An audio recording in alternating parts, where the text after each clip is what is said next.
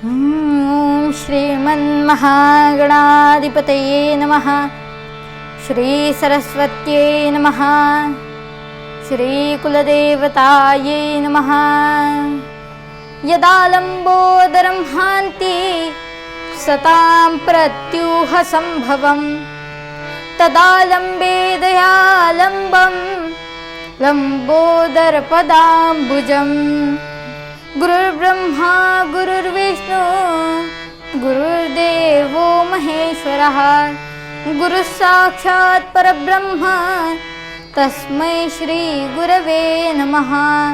आपदामपहर्तारं दातारं सर्वसम्पदां लोकाभिरामं श्रीरामं भूयो भूयो नमाम्यहम्। जा जा स्थळी हे मन जाय माझे, त्या त्या स्थळी हे निज रूप तुझे। मी ठेवितो मस्तक ज्या ठिकाणी, तेथे तुझे सद्गुरु पाय दोन्ही। शुकासारिखे पूर्ण वैराग्य ज्याचे, वसिष्ठा परी ज्ञान योगेश्वराचे। कवी वाल्मिका सारिखा मान्य ऐसा, नमस्कार माझा सद्गुरु रामदासा। जय जय रघुवीर समर्थ श्रीराम समर्थ। राजाधिराज रामचंद्र भगवान की जय। आर्य सनातन वैदिक हिंदू धर्म की जय। भारत माता की जय। राष्ट्रगुरु समर्थ रामदास स्वामी महाराज की जय। छत्रपती शिवाजी महाराज की जय। जय जय रघुवीर समर्थ।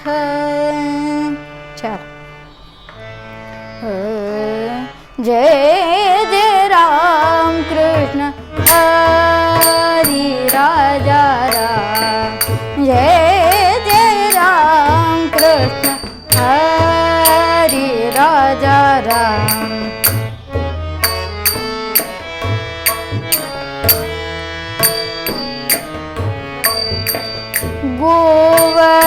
गोवर्धनधर गोपाल नरत, गोवर्धनधर गोपाल नरत।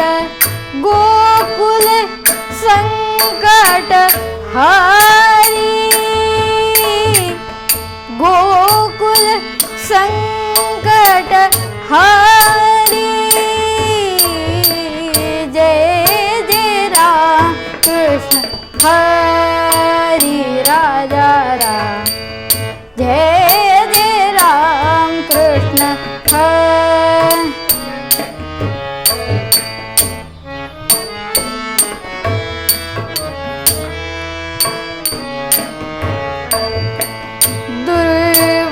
दुर्वासोनुत दुःख विमोचक, दुर्वासोनुत दुःख विमोचक। दुर्जन संगम हारी, दुर्जन संगम हारी। जय जय राम कृष्ण हरी राजा राम।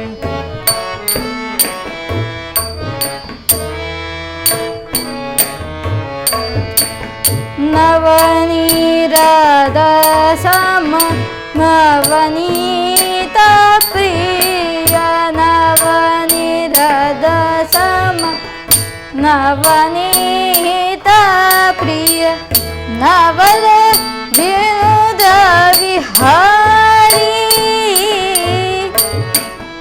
नवल विनोद विहारी। जय जय राम कृष्ण हरी राजा राम। जय जय राम कृष्ण शरणागत दीना चरणा वरी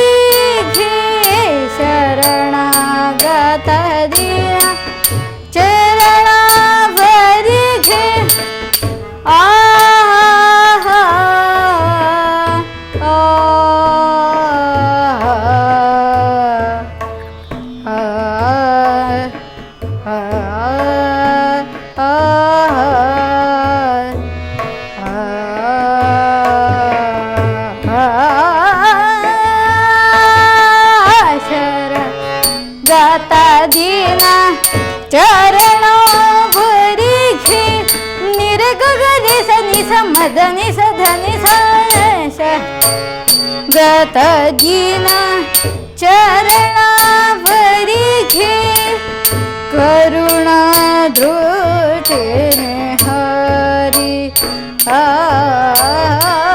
करुणा दृष्टीने हरी जय जय राम कृष्ण हरी राजा राम जय जय राम कृष्ण हरी राजा राम जय जय राम कृष्ण जय जय राम कृष्ण जय जय राम कृष्ण हरी राजा राम। ये सद्गुरु राया कीर्तनी ये सद्गुरु राया कीर्तनी ये सद्गुरु राया मति मंद मी काहीच नेणे मति मंद मी काहीच नेणे सांख्य अथवा न्याय सांख्य अथवा न्याय ये सद्गुरु राया कीर्तनी ये सद्गुरु राया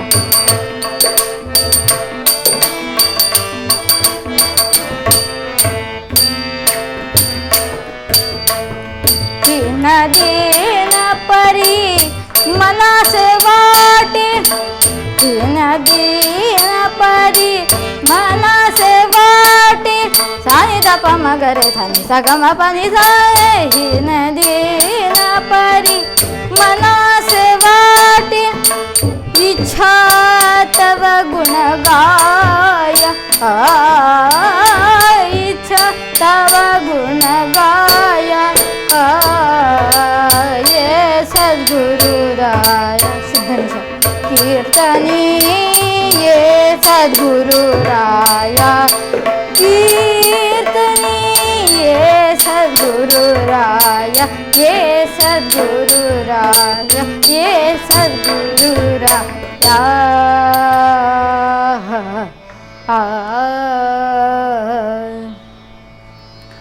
रघुवीर समर्थ।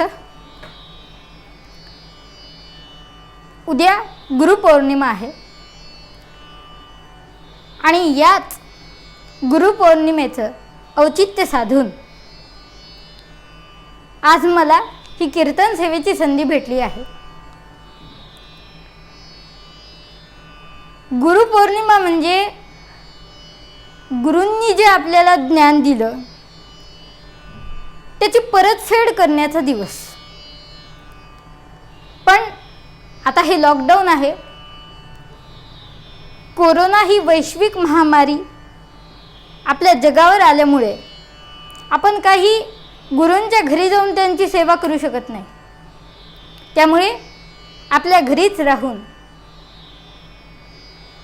आपण त्यांची सेवा करू शकतो, ती म्हणजे ही कीर्तन सेवा।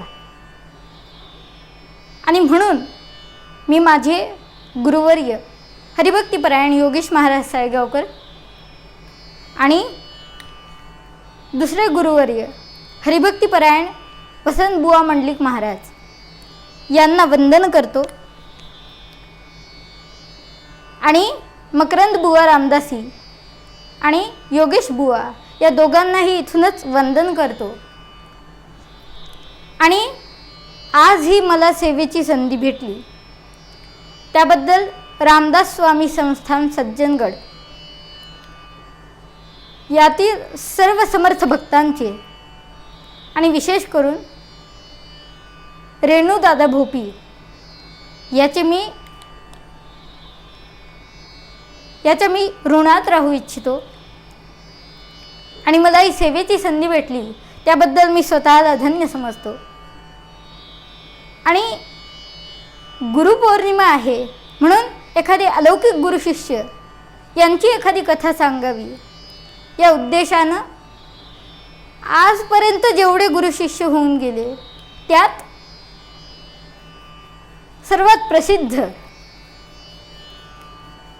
आणि उत्तम गुरुशिष्यांची जोडी असलेले शिवाजी महाराज आणि रामदास स्वामी यांच्या जीवनावरची एक कथा उत्तरंगाला मी निवडणार आहे. आणि पूर्वरंगात हेची थोर भक्ती हा अभंग घेऊन त्याचे निरूपण करण्याचा प्रयत्न करतो. माझ्या कीर्तन सेवेला सुरुवात करतो. हेची थोर भक्ती आवडते देवा, हेची थोर भक्ती आवडते देवा, हेची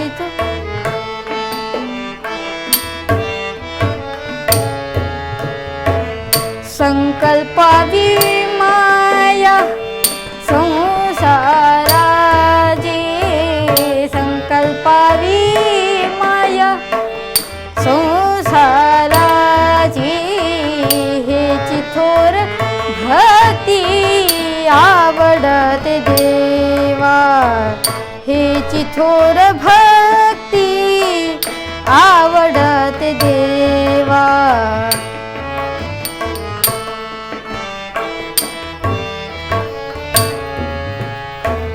ठेविले अनंते तेस जी रहावे, ठेविले अनंते तेस जी रहावे, चित्ती असो द्यावे समाधान, चित्ती असो द्यावे समाधान,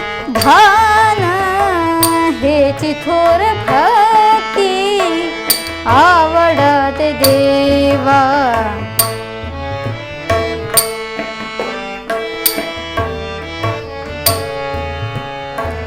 वाहिल्या उद्वेग दुःखची केवळ, वाहिल्या उद्वेग दुःखची केवळ, भोगणे ते फळ संजेताचे, भोगणे ते फळ संजेताचे, हेची थोर भक्ती आवडते देवा.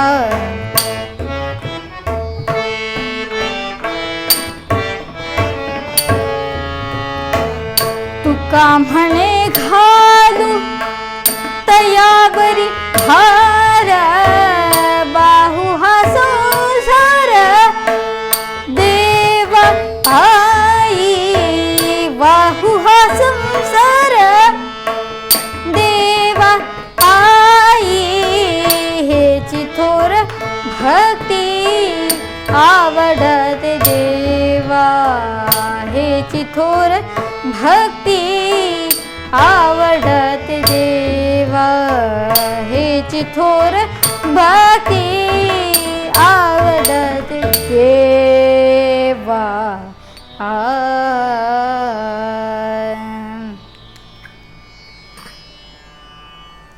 तुकाराम महाराजांचा हा अभंग आहे.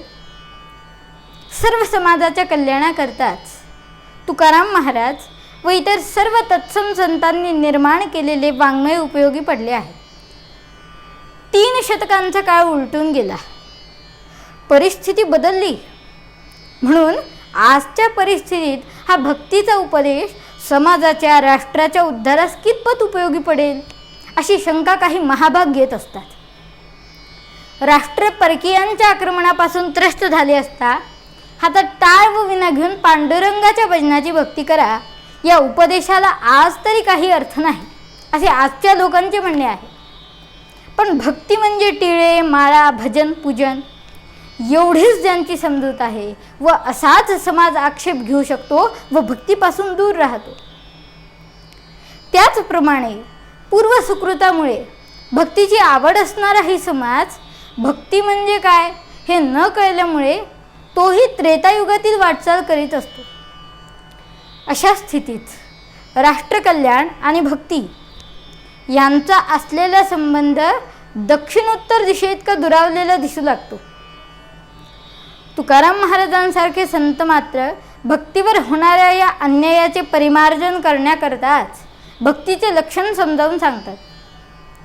ज्यांनी हे भक्तीचे लक्षण समजावून घेतले त्यांनी देशाचा उद्धार केलाच व स्वतःचाही साधिला. याला विशिष्ट कालाची जरुरी नाही.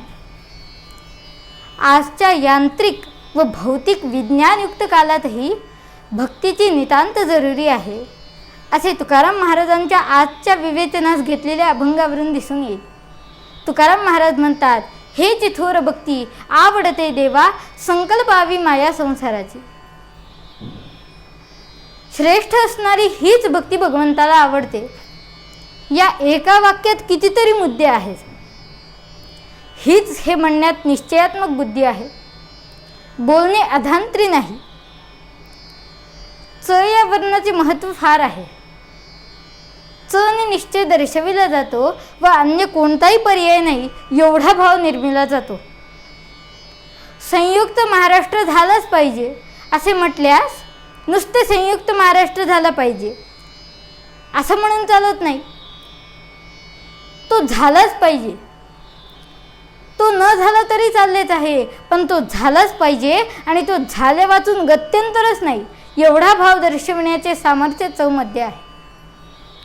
हीच भक्ती इतक्या निश्चयाचं महाराजांचं बोलणं आहे. हीच भक्ती आणि भक्ती कशी तर हेची थोर भक्ती. ही भक्ती थोर आहे, श्रेष्ठ, अतिउच्च दर्जाची, सामान्य नसलेली अशी भक्ती.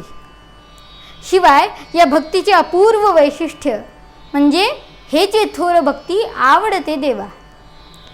ती भगवंताला ईश्वराला आवडणारी अशी आहे. आपण करतो ती भक्ती भगवंताला आवडते का नाही याचा आपण विचारच कधी केला नाही. आपण आपल्या आवडीची भक्ती करतो, पण हे उचित नव्हे. ज्याची भक्ती करावी त्याला ती आवडणारी असावी, म्हणजे योग्य फळ त्वरित मिळते. आता कचेरीमध्ये पत्र लिहिताना वाक्यरचना आपापल्या वरिष्ठांना आवडणारी असावी, म्हणजे त्यात स्वाक्षरी करून जरी न आवडणारे लेखन भरपूर लिहिले तरी त्याचा उपयोग काही नाही. आणि कीर्तनही ईश्वराला आवडणारं असंच पाहिजे, तरच ते कीर्तन भक्ती या सदरात मोडेल व ईश्वर प्रसन्न होईल असे वामन पंडित म्हणतात. नट समान कला करून कला रिधविती कुजना बला मुला अशी कथा नरुचे यदुनायक म्हणून सज्जन हो तुम्ही नायका. भगवंताला आवडणारी भक्ती केली तरच भगवंत प्रसन्न होईल. दुर्योधनाने हातभर भगवंताशी सख्य जोडण्याचा प्रयत्न केला, पण त्याचे व्यवहार हे भगवंताला आवडणारे नसल्यामुळे तो काही सख्य जोडू शकला नाही. तेच अर्जुनाचे व्यवहार भगवंताला आवडणारे असल्यामुळे अर्जुनाचा भगवंत सखा झाला, सारथी झाला, म्हणजे घोडे हाके झाला. मोरोपंत म्हणतात, अर्जुन तुरंग माते जो स्वकराने करी खरा राजे श्री कृष्ण काय बहुदा निज पद दासासी जो खरा राजी. म्हणून भगवंताला आवडणारीच भक्ती करावी हा एक अत्यंत महत्त्वाचा मुद्दा आहे. आता ही भक्ती कोणती आहे तर संकल्पावी माया संसाराची. आपल्या या संसाराचे प्रेम भगवंताला अर्पण करावे. मग संसारच करू नये का तर नाही. हरिपाठातही सांगितलं, ठाईच बैसोनी करा एक चित्त आवडी अनंत आळवावा. त्यासाठी कुठे वनात जायची गरज नाही. न लागे सायास जावे वनांतरा सुखी येतो घरा नारायण. वनात जायची गरज नाही. अरे ज्या ज्या भक्तांचे उदाहरण आपल्याला माहिती आहेच, त्या सर्वांनी कुठे सगळ्यांनीच वनात जाऊनच तपश्चर्या केली होती का आणि भगवंताला प्रसन्न केलं होतं का? मग संसाराचाही त्याग करायचं नाही, पण संसाराची माया भगवंताला अर्पण करायची. म्हणजे काय? तर संसारात तर आहेच आहे, कारण संसारात राहिल्याशिवाय संसाराचं प्रेम कळत नाही. बापाचं मुलावरचं प्रेम त्या मुलाला कसं कळणार? बाप झाला की तेच कळणार नाही. त्यामुळे संसार ही असंच संसाराचे प्रेम असेल. ते प्रेम म्हणजेच ती माया. ती माया भगवंताला अर्पण करणे म्हणजेच ही थोर भक्ती. आणि अशाच भक्तीच्या आचरणाने स्वतःचे, जगाचे, समाजाचे, राष्ट्राचे, धर्माचे कल्याण होऊ शकते. आणि ज्या आचरणाने संपूर्ण जगाचे, धर्माचे, समाजाचे आणि स्वतःचे कल्याण होते, ते आचरणासच भक्ती म्हणतात. आणि ती भक्तीच भगवंताला आवडते. पुढे तुकाराम महाराजांनी सांगितलं, ठेविले अनंत तैसेची राहावे, चित्ती असो द्यावे समाधान. खरंच या संतांचे आपल्यावर फार उपकार आहेत. शास्त्रप्रणीत गहन असलेले आचार विचार कसे करावे हे फार सोप्या भाषेत समजावून देतात.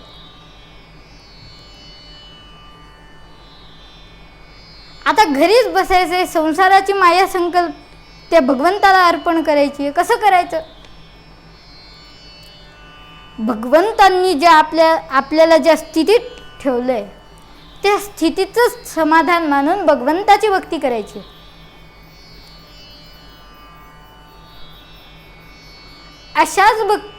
हीच भक्ती जगाचे सारे व्यवहार घडवून आणते. याच भक्तीच्या आचरणाने सर्वांचे कल्याण होऊ शकते. संतांनी आम्हाला सांगितले की आपण जे करतो ती काही भक्ती नव्हे, ती फक्त कवायत आहे. कसं? तर आपण नैवेद्य दाखवतो, ताटाभोवती चौकोनी मंडल करतो, पाणी फिरवतो आणि डोळे मिटतो. झाला का नैवेद्य समर्पण? नाही, ही नैवेद्य समर्पणाची नुसती कवायत आहे. स्वराज्यात तर अशा कवायती फार फार आहेत.